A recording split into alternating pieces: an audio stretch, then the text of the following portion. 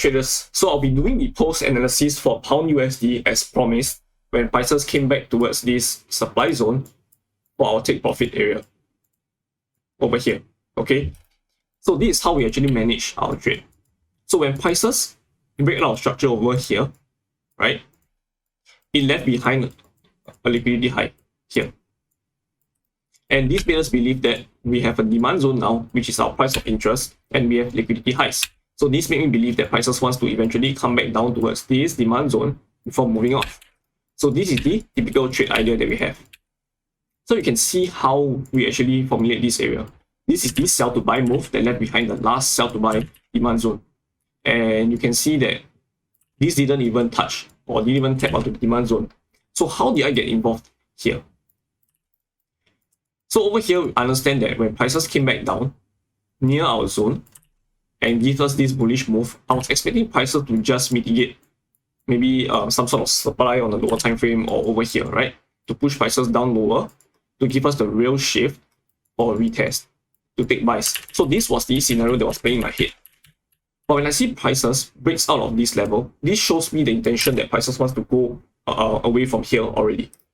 And I needed something to validate this area because this is the entire sell to buy move. So technically, this is the entire demand zone, right? So all I did was to go to the high time frame by 1 minute. Understand that on the 2 minutes time frame, we have a similar situation over here. We have this demand zone where prices came back, tap into this level, shows us the shift in structure. We have imbalances created inside of here, right?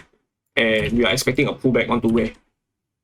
Onto the 1 minute demand zone. So can you see over here, as prices breaks out of structure over here, this left behind this demand zone, right?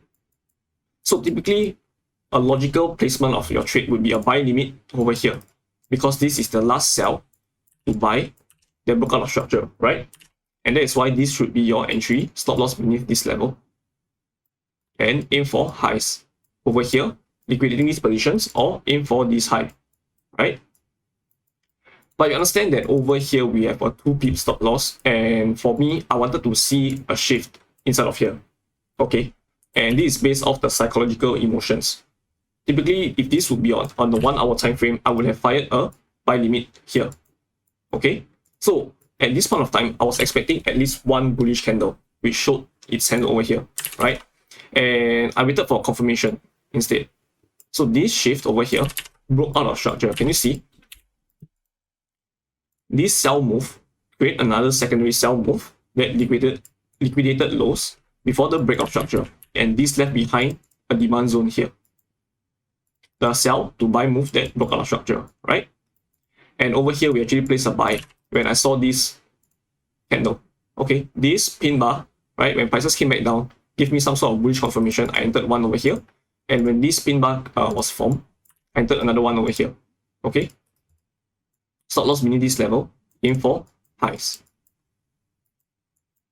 So I was aiming for here and partial some over here because I understand that this is an inside bar.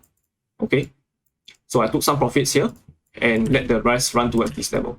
So you can see clearly over here, right?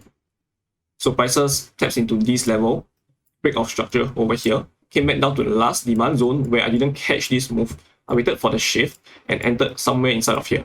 Okay, and look at all of these break of structures, and this is how we actually made its move all the way towards this level.